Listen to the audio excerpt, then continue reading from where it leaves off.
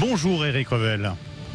Bonjour Benjamin, bonjour à tous. Olivier Véran, le porte-parole du gouvernement, qui a relancé hier l'idée d'un dividende pour les salariés. Alors de quoi parle-t-on ? On s'interroge avec vous. C'est un surcroît de pouvoir d'achat indispensable pour les Français en cette période inflationniste, Éric ? Ah bah oui, que le surcroît de pouvoir d'achat soit indispensable, c'est sûr. Alors le dividende salarié, en quelques mots, Benjamin, qui pourrait d'ailleurs donner lieu à une loi inscrite dans le marbre, c'est une idée simple. Je vous la résume. Si une entreprise verse des dividendes à ses actionnaires, alors elle devra verser au terme de cette loi, elle devra verser à ses salariés de la participation ou de l'intéressement qu'on appellerait donc dividende salarié. Alors l'idée avait été reprise par Emmanuel Macron pendant sa campagne présidentielle. Objectif, vous l'avez dit pour commencer, Benjamin, donner du pouvoir d'achat aux Français dans une période inflationniste qui fait basculer un certain nombre d'entre nous dans la pauvreté, parfois absolue, faute de revenus supplémentaires, comme, je ne sais pas si vous l'avez feuilleté, le rapport 2022 du Secours catholique le montre. Oui, on en avait parlé d'ailleurs, et ouais, effectivement, hier matin sur Sud Radio. Alors, intéressement ou participation pour les salariés, pas de hausse de salaire, donc en fait, c'est ça le débat sous-jacent, non ?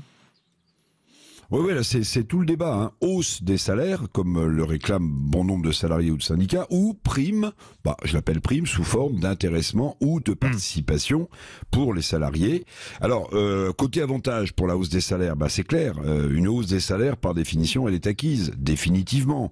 Et elle sert de base, évidemment, de calcul pour la future retraite du salarié. Inconvénient, tout de même, en ce moment, évidemment, une hausse des salaires possède aussi un effet inflationniste additionnel. Bon, côté intéressement ou participation, si on parle de dividendes salariés, alors avantage, évidemment, ça participe au partage de la valeur dans l'entreprise, et c'est une très bonne chose, parce que ce sont les salariés aussi, surtout, qui créent la valeur de l'entreprise, mais évidemment, attention, l'intéressement ou la participation, par définition, c'est pas inscrit dans le marbre, puisqu'elle dépend des profits de l'entreprise. Donc, l'intéressement ou la participation, ça compte pas, évidemment, pour le calcul de la retraite. Alors on a compris les enjeux autour de ce dividende salarié, mais en France, avec les difficultés économiques du moment, Eric, combien d'entreprises auront assez de trésorerie pour verser de tels compléments de pouvoir d'achat ?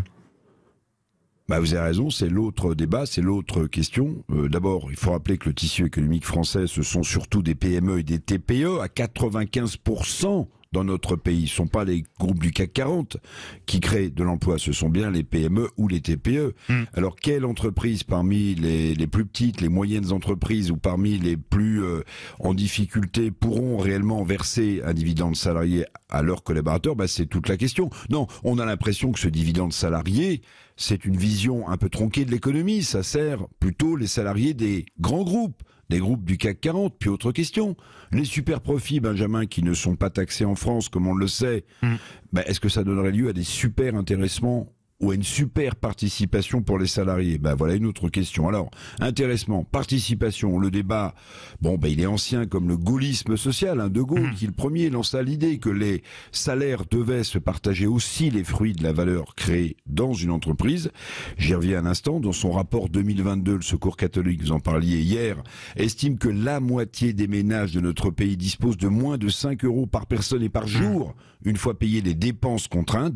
Oui, la cote d'alerte est passée. Il faut se poser vraiment la question d'accroître le pouvoir d'achat des Français, parce qu'on le sait, l'année 2023, de ce point de vue-là, sera difficile. Et vous avez raison d'insister là-dessus. Tout compte fait. Merci beaucoup, Éric Revel.